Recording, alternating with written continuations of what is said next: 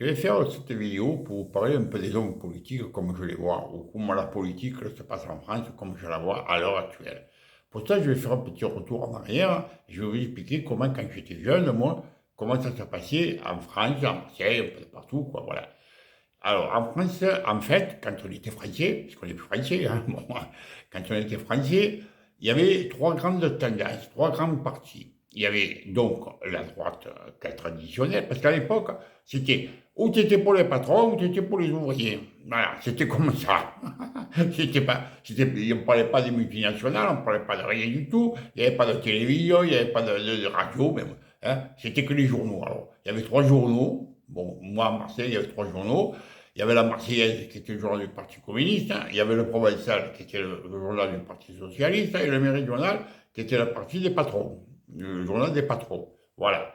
Et ça passait. Alors, de côté, tu avais dans les quartiers nord, bon, c'était rouge, hein, parce que on passait toujours pratiquement au premier tour avec 50 ou 55 ou 56% des voix, parce que c'était communiste. Après, dans les quartiers sud, dans les quartiers du sud, plutôt, oui, c'était plutôt bourgeois, c'était les patrons pour les patrons.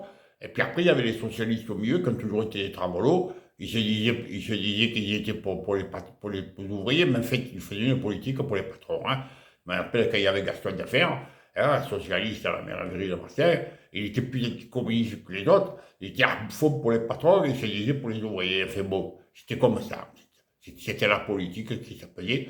Et c'était pas, il n'y avait pas beaucoup moins d'hypocrisie qu'à l'heure actuelle. Hein, bon. Puis après, tout ça, ça a évolué. Bon, hein. Moi, je suis né dans une famille communiste, automatiquement, et j'habitais dans les quartiers nord. Hein. J'étais dans le bain, quoi. Comme tout le monde, hein, j'y croyais, moi. À l'avenir qui se chante. Bon, mais j'ai déchanté aussi entre-temps. Bon. Et après, ça a évolué tout ça. Il y a eu l'Europe. Hein. Il y a eu l'Europe. Hein. L'Europe était à 3 au début. Puis après, tu as 27. Et puis après, c'est cette Europe, qu'est-ce qu'ils en ont fait?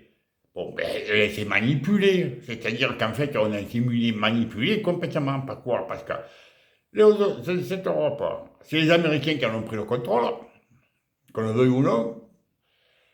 L'Europe, elle a pris manipulée par les Américains, une Europe de droite à fond la caisse.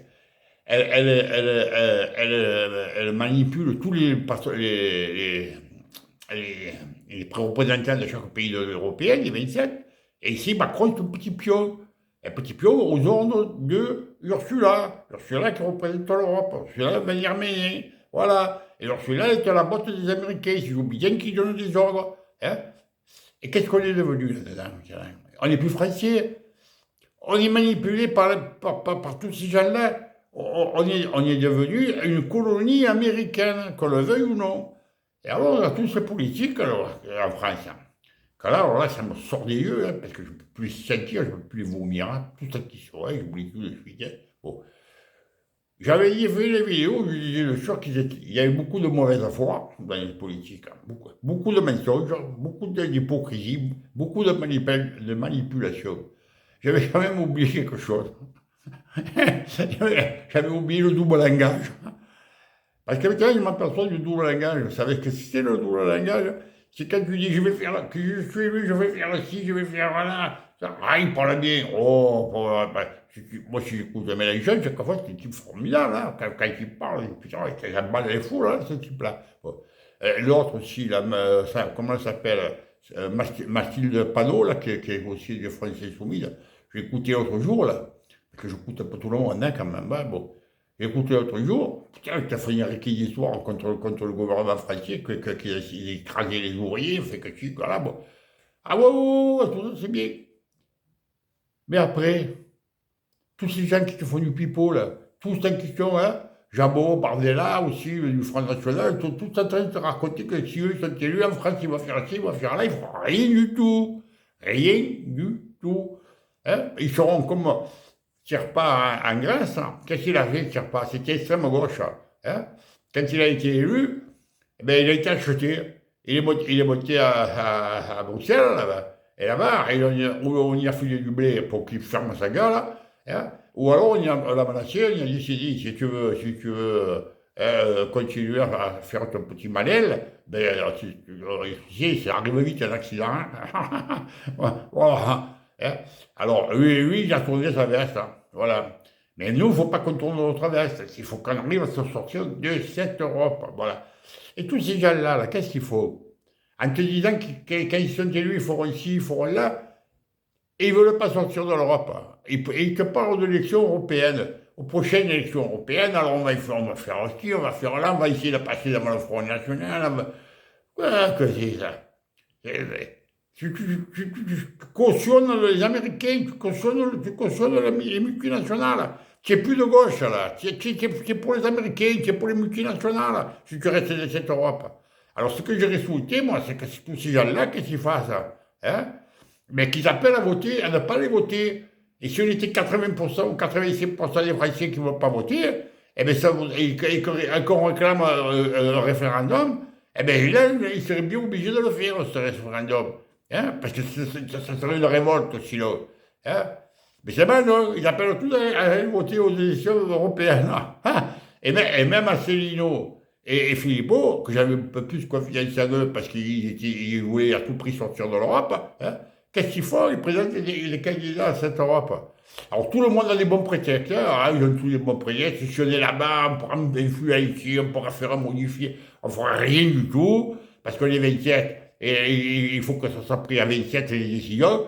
Ça sera toujours bamboulé, et ils feront toujours de ce que nous on veut, nous ferons de nous des pions.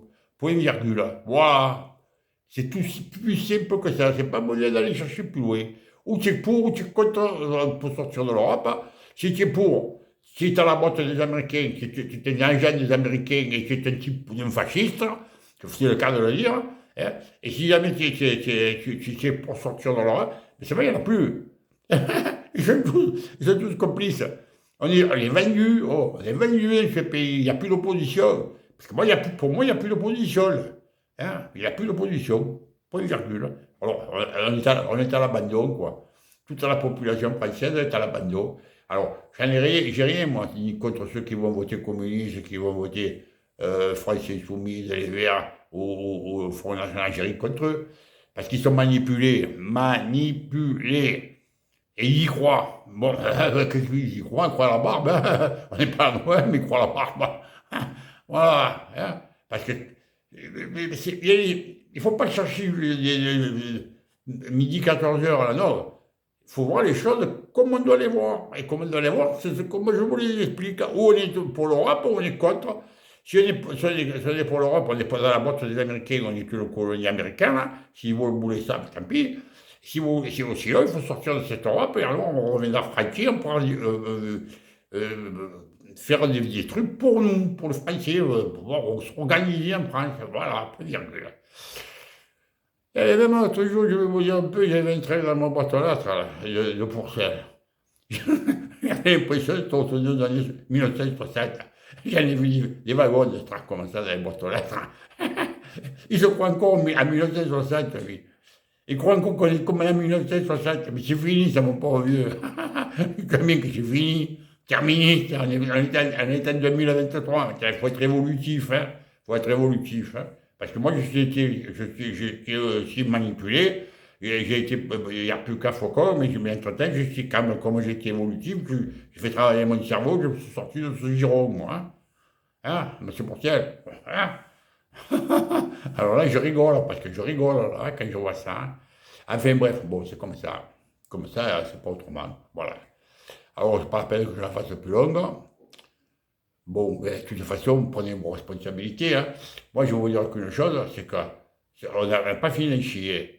Moi, il y a encore juste un peu avant le Covid, quand j'allais à Carrefour, j'en avais pour entre 80 et 90, des fois 100 euros au maximum, quand je faisais un peu des excès. Hein.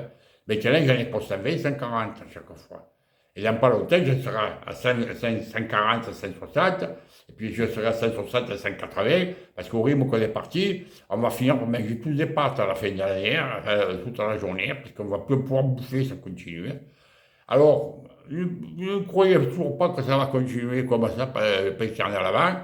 Et, faites pour travailler votre tête, hein, et bon, il faut Il faut qu'on se révolte même contre nos propres personnes qui veulent soi-disant nous défendre.